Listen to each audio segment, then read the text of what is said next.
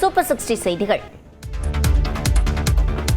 சென்னையில் 19 கிலோ எடை கொண்ட வணிக பயன்பாட்டிற்கான சிலிண்டரின் விலை 200 ரூபாய் குறைந்துள்ளது. சர்வதேச சந்தையில் நிலவும் எண்ணெய் விலை மற்றும் அமெரிக்க டாலருக்கு நிகரான இந்திய ரூபாயின் மதிப்பை வைத்து மாதந்தோறும் சிலிண்டர் விலையை எண்ணெய் நிறுவனங்கள் நிர்ணயித்து வருகின்றன. அந்த வகையில் சென்னையில் வணிக பயன்பாட்டிற்கான 19 கிலோ எடை கொண்ட சிலிண்டரின் விலை 200 ரூபாய் குறைந்து 2906 ரூபாய்க்கு விற்பனை செய்யப்படுகிறது.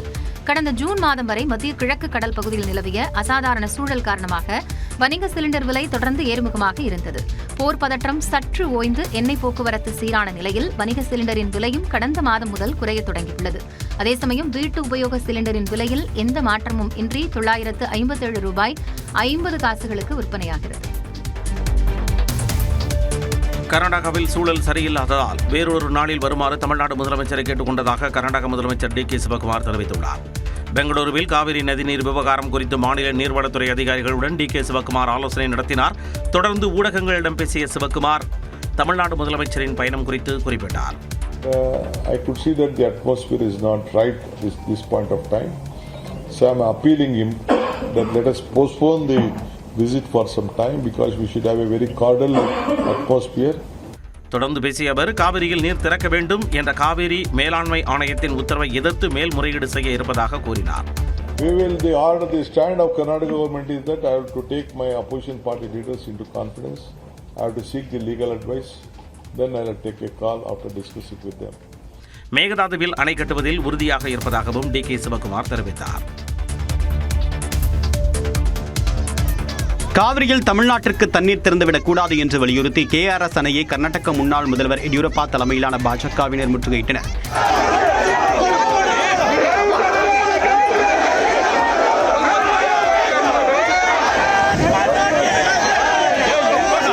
அதேபோல KRS அணை அருகே கன்னட அமைப்பினரும் ஆர்ப்பாட்டத்தில் ஈடுபட்டனர்.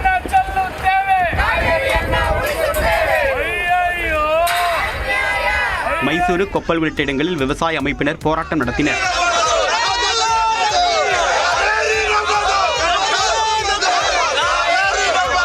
முதலமைச்சர் விஜய் தண்ணீர் கேட்டு கர்நாடகா வந்தால் விமான நிலையத்தை முற்றுகையிடுவோம் என்று கன்னட சாலுவாலி அமைப்பின் தலைவர் வாட்டாள் நாகராஜ் எச்சரித்துள்ளார். விஜய் ಮುಖ್ಯಮಂತ್ರಿ ಬೆಂಗಳೂರು ಬಂದ್ರೆ ವಿಮಾನ ನಿಲ್ದಾಣವನ್ನ ಮುತ್ತಿಯಾಗ್ತೀವಿ. இந்நிலையில் சாம்ராஜ் நகரில் ஜனநாயகன் திரைப்படம் வெளியான திரையரங்கத்தை முற்றுகையிட இருப்பதாக விவசாயிகள் அறிவித்ததை அடுத்து அந்த படத்தின் காட்சிகள் ரத்து செய்யப்பட்டன.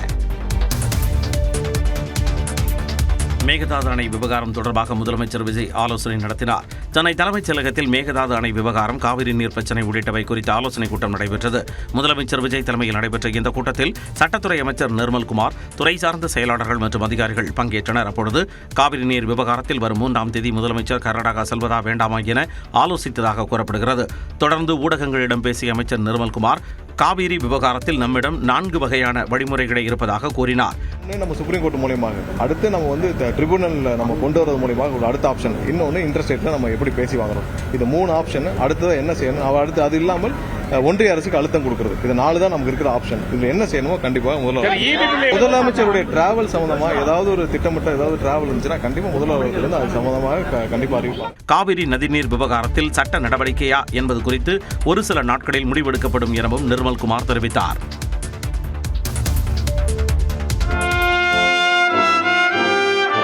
For the meritorious service for the year 2026 is being presented to Thiru Anil Kumar Giri IPS.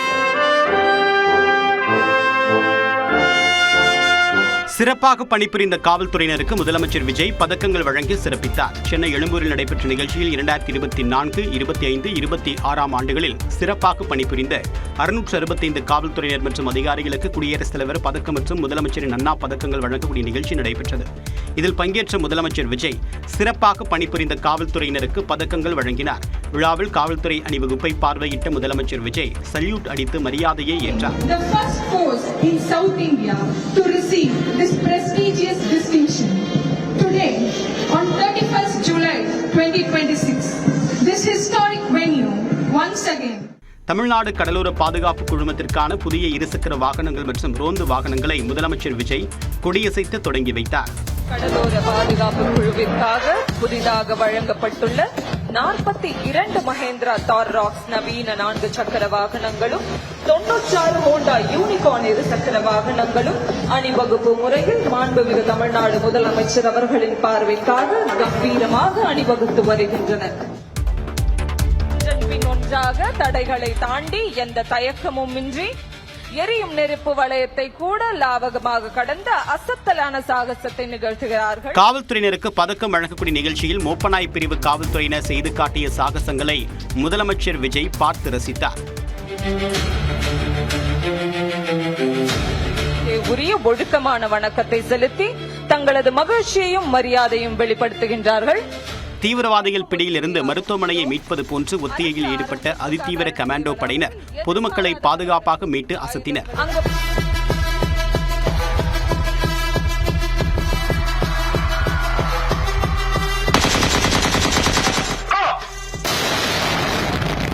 இதோ அதிரடி நடவடிக்கை தொடங்கியுள்ளது. ஃபார்வர்ட் ஸ்லாண்ட் முறையில் கமாண்டோக்கள் மின்னல் வேகத்தில் அறைக்குள் நுழைந்து தீவிரவாதிகளை கட்டுப்பாட்டுக்குள் கொண்டு வந்து அசாத்திய துணிச்சலோடு காவல்துறையினர் நிகழ்த்திய பைக் சாகசங்கள் காண்போரை வியப்பில் ஆழ்த்தின. சாகசத்தில் ஈடுபட்ட காவல்துறையினரை முதலமைச்சர் விஜய் கைத்தட்டி பாராட்டினார்.